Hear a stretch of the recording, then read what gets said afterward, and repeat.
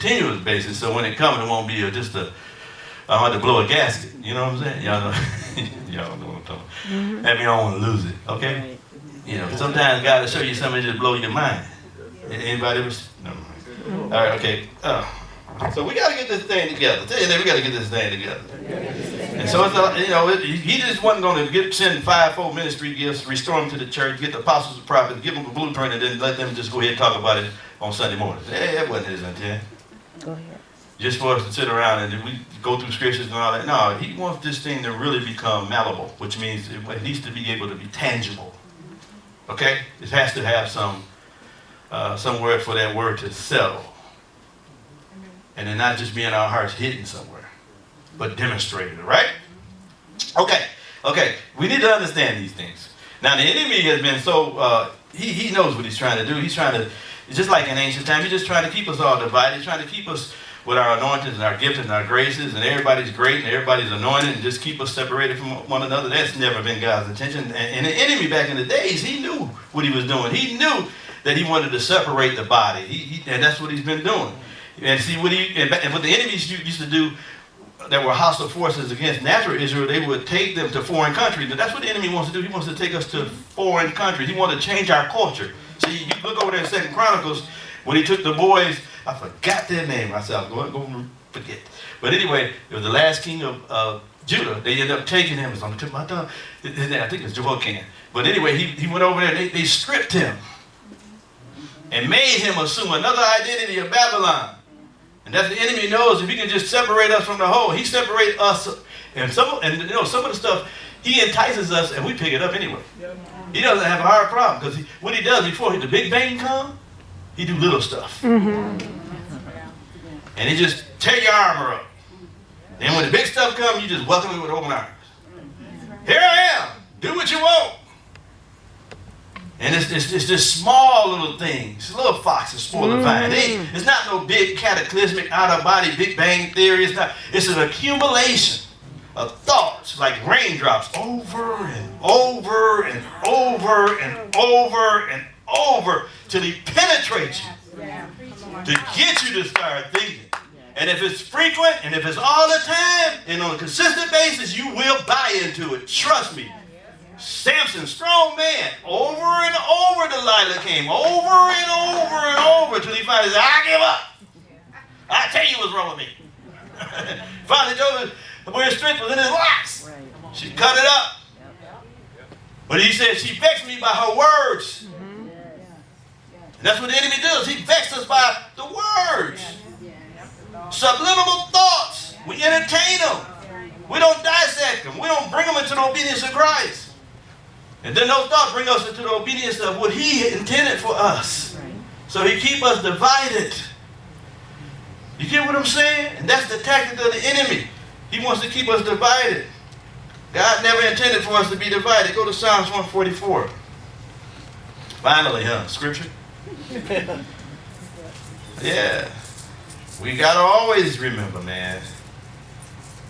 It's no longer we can afford to give onus to our own individuality.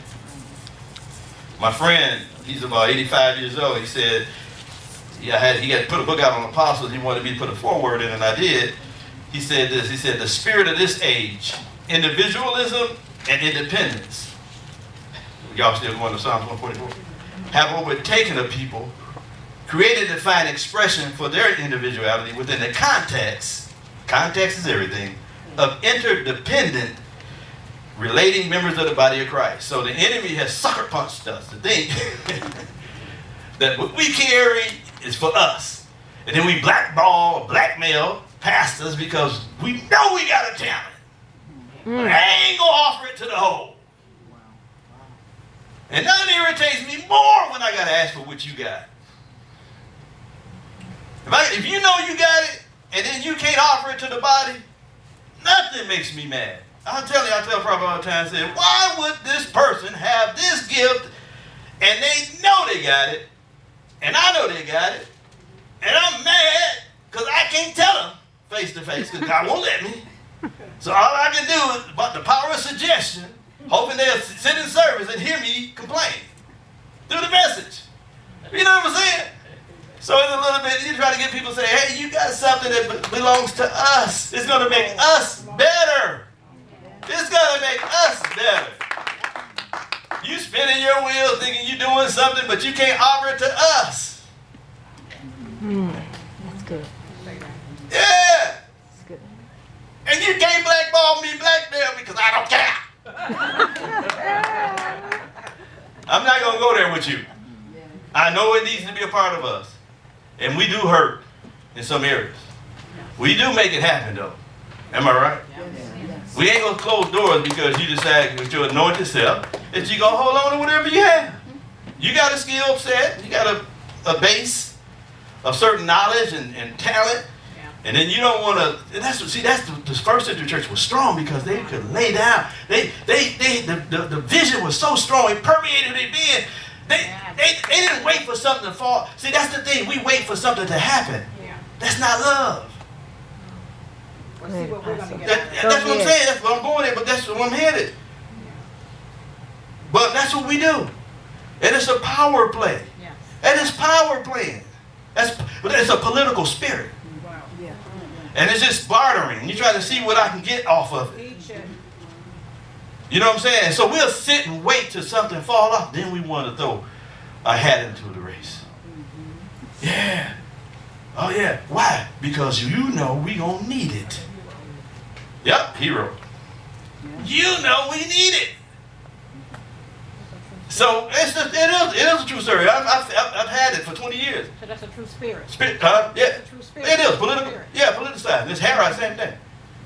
So we got to understand it. It is like probably it is a real spirit, and some of us don't realize it. It's the spirit of extortion. And Jeremiah said, "Woe unto them that build their house by extortion." He called it a bloody city.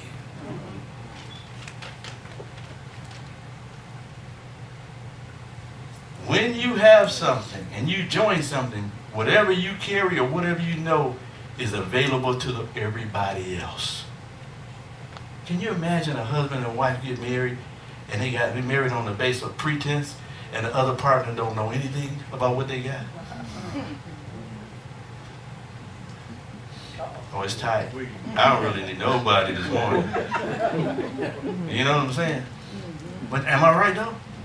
If I all of a sudden married Prophet and she didn't know I had millions of dollars put up, but we live like paupers. Yeah, and I got money, and we know we need to pay. We can pay rent, but I'm playing like we ain't got no money for rent. That is crazy. That's the same thing happening in churches. Yeah, they know we had something, and we know it was a need. Just like when I told her about the bathroom, she jumped right in. Latoya jumped right in and said, "I got it." Yeah, beautiful. See, that's what I'm talking about. That's when I know you bought the vision. That's when I know you put value on something. When you can say, "I feel that need," then we ain't got to discuss this no more. Wow, that's what I'm talking about. You know, that's how I was with Apostle Buford. He put it on the table and said, "No, we ain't gonna sit up here and try to discuss this. Hey man, let's get together. Let's talk. Let's figure out how we're gonna do this. You want something to do? I can't paint.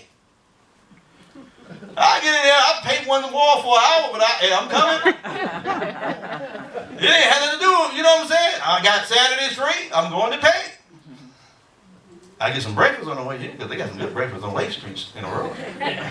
Man, old-fashioned pancake house, just like the one we got, man, blow your socks off.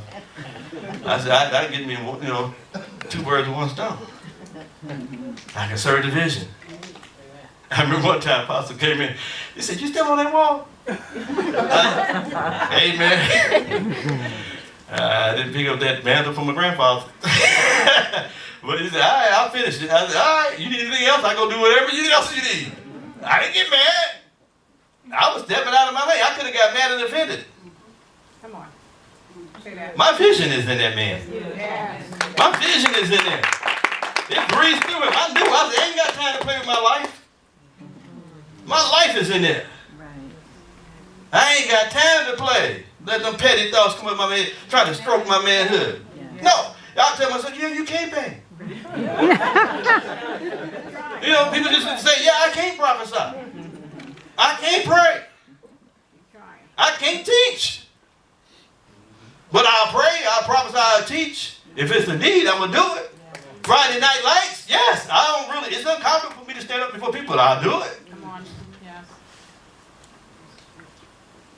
That's when your leader knows, oh, they're on track. They connected. They carrying something. I'll die for them. But we've got to sort through all of the rigmarole. When I say Psalms 144, let's just see how all this plays out.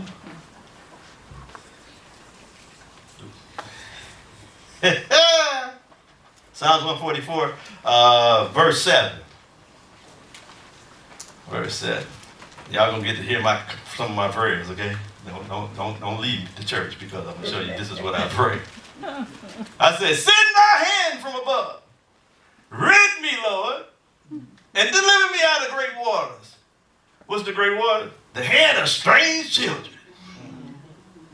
What? Yeah, I pray this. I say, God, when I get into a little, spat, a little beef or a little back and forth, that's why I pray this prayer. So if you feel a little pressure, if you got a little art with me, that's what I'm praying.